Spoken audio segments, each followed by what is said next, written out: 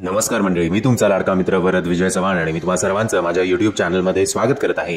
मंडळी, गाफिल the unaware नावाचा नवीन मराठी सिनेमा येत्या 2 फेब्रुवारी 2024 आपल्या भेटीला येणार आहे.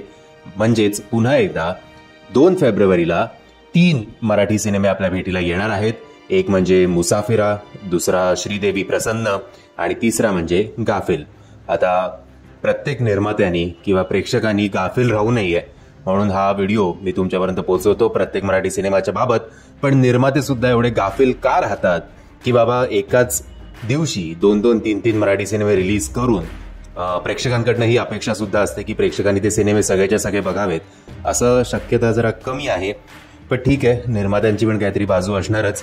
पण आता आपलं कर्तव्य आहे की मराठी सिनेमा जास्तीत जास्त लोकांपर्यंत पोहोचावा, म्हणून हा व्हिडिओ तुमच्यासाठी आहे. म्हणजे आत्ता जो काही ट्रेलर आलाय तर ट्रेलर बघून गोष्ट एका प्लेबॉयची वाटते, ज्याच्यावर भरपूर सारे चार्जेस आहेत.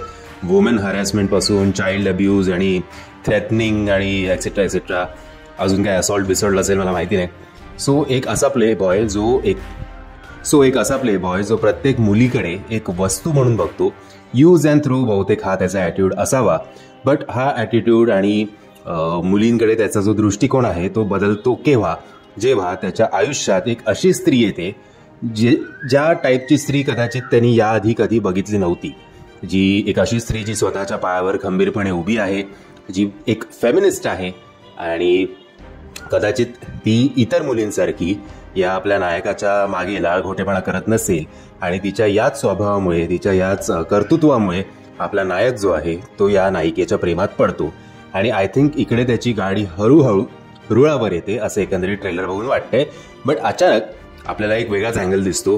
ते आता हे सगळे कॅरेक्टर्स कोण आहेत, यांचा आणि नायिकेचा काही संबंध आहे का, की त्याच्यामुळे पुन्हा एकदा आपला नायक जो आहे तो मारधाड या सगळ्या वळणावर जातो. हालाकी त्याचा ॲटिट्यूड असा दाखवलाय की मी मारामारी सुरू करत नाही, बट मारामारी संपवायची जबाबदारी जी असते ती माझ्यावरच असते. सो आता हे नायिकेचे कोण भाऊ बहीण किंवा नातेवाईक आहेत का, की यांच्यामध्ये काहीतरी मिसअंडरस्टँडिंग होऊन आपला नायक जो आहे तो सगळं काही गमवून बसतो, किंवा जेव्हा तो स्वतःचं आयुष्य रुळावर आणण्याचा प्रयत्न करतो तेव्हाच त्यांनी पास्टमध्ये जे काही करून ठेवलंय तर त्याला जे काही आपण कर्मा असं म्हणतो ते कर्मा त्याच्यावर बॅकफायर होतं आणि पास्टमधल्या कुठल्या तरी एका मुलीने कदाचित सुसाईड काहीतरी केलं असेल आणि त्याचा बदला घ्यायला ही आपली विलन गँग नायकाच्या समोर आली असेल, असं एकंदरीत अनुमान आपण ट्रेलर बघून लावू शकतो. मी याचा टीजर रिव्ह्यू सुद्धा केला होता. फ्रँकली ट्रेलरपेक्षा टीजर मला जास्त आवडला होता. ट्रेलरला सुद्धा ठीक आहे, काही हरकत नाही एक चान्स द्यायला. या सिनेमामध्ये मुख्य भूमिकेत आपल्याला आदित्य राज आणि वैष्णवी बारडे दिसणार आहेत. आणि पुन्हा एकदा तुम्हाला रिमाइंड करतोय की हा सिनेमा रिलीज होणार आहे येत्या 2 तारखेला. हा सिनेमा लिहिलाय आणि डिरेक्ट सुद्धा केलाय मिलिंद ढोके यांनी. आणि आशा करूया की मला कळलं होतं टीजर बघून सुद्धा मी प्रेडिक्ट केलं होतं की बहुतेक हा सिनेमा आत्ता शूट झाला नाहीये, काही कारणांमुळे याचं रिलीज जे आहे ते पोस्टपोन होत गेलं.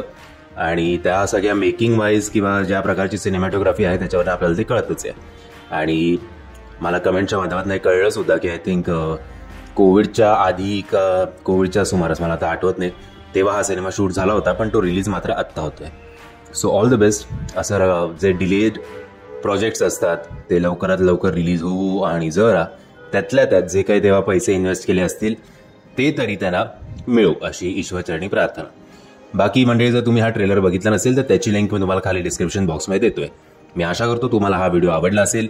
जर तुम्हाला हा व्हिडिओ आवडला असेल तर प्लीज या व्हिडिओला लाईक, शेअर आणि चॅनलला सबस्क्राईब करायला विसरू नका. जय हिंद, जय महाराष्ट्र.